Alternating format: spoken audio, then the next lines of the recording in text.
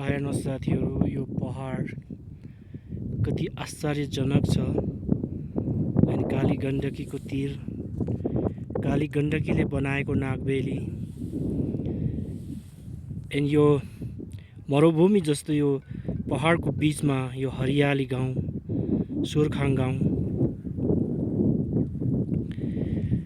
अनि काली गण्डकीको तीर हुँदै हुँदै यहाँ हरियो खेतहरू, काठमाडौँको सहर जस्तै, सहरको घर जस्तै फैलिएको यो बाँधहरू, बारहरू, अनि यो खेतमा काम गर्ने किसानहरू,